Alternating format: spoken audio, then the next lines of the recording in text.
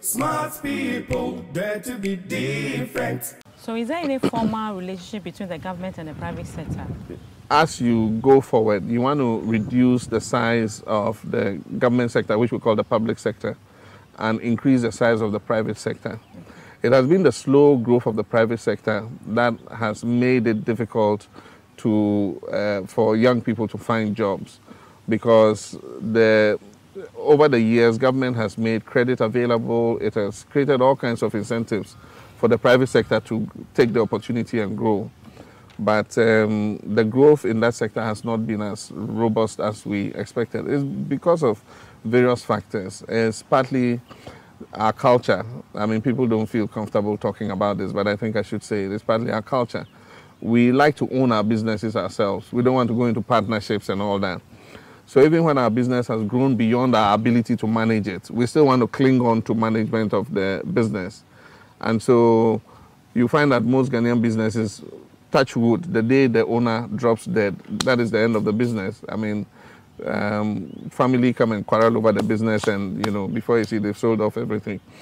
We must be able to nurture businesses, and when the business reaches a point where we alone cannot manage it, let's float it on the stock exchange or invite other strategic investors to come and put their money in and expand it. And that's how come you have the multinationals in the world. That's how come you have the Unilevers of this world, you understand?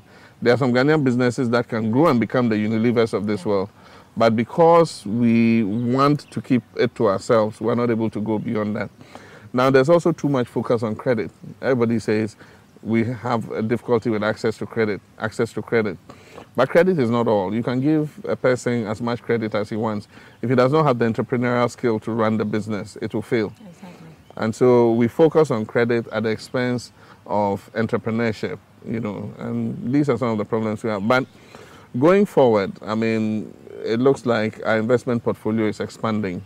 If I look at the last figures that were released by the Ghana Investment Promotion Center, it looks like we are seeing a more than 100 to 200% increase in foreign direct investments. Okay. And GIPC has started a program to also promote local investors, because you cannot concentrate only on foreign investors, to be able to grow your economy for you, because foreign investors bring their money and they expect to take their profits out.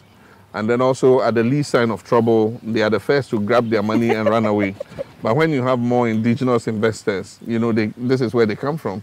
And so when they make a profit, they invest it here, So I think that it's preferable to encourage our own people, to take advantage of the opportunities.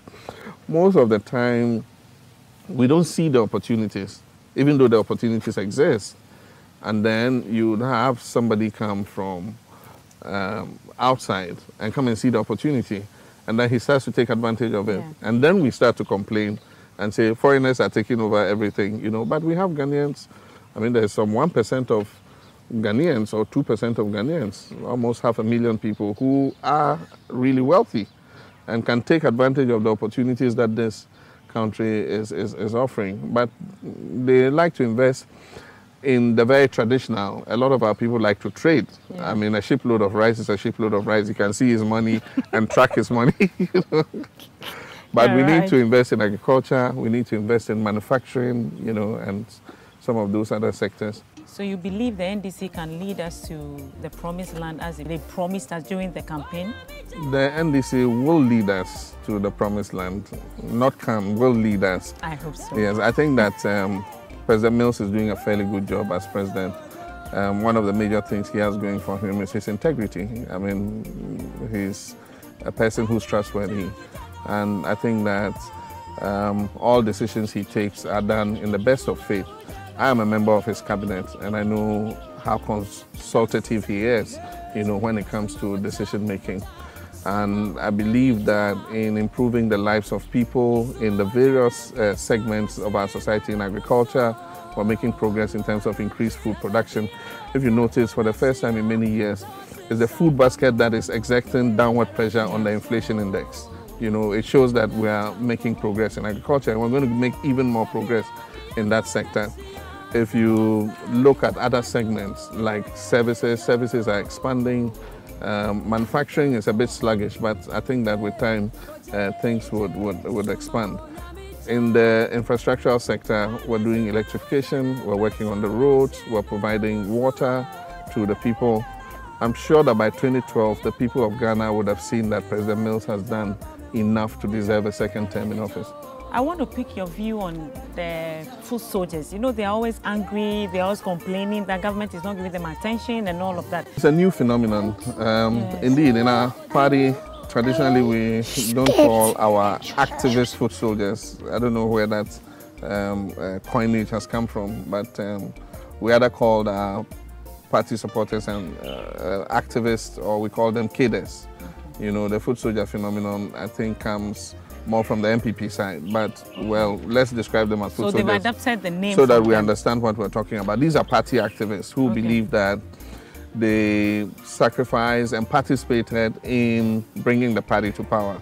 And so they want, as quickly as possible, to see some visible change in, you know, the quality of their lives. Exactly. But these things take some time, you know, in respect of finding them jobs and so on and so forth.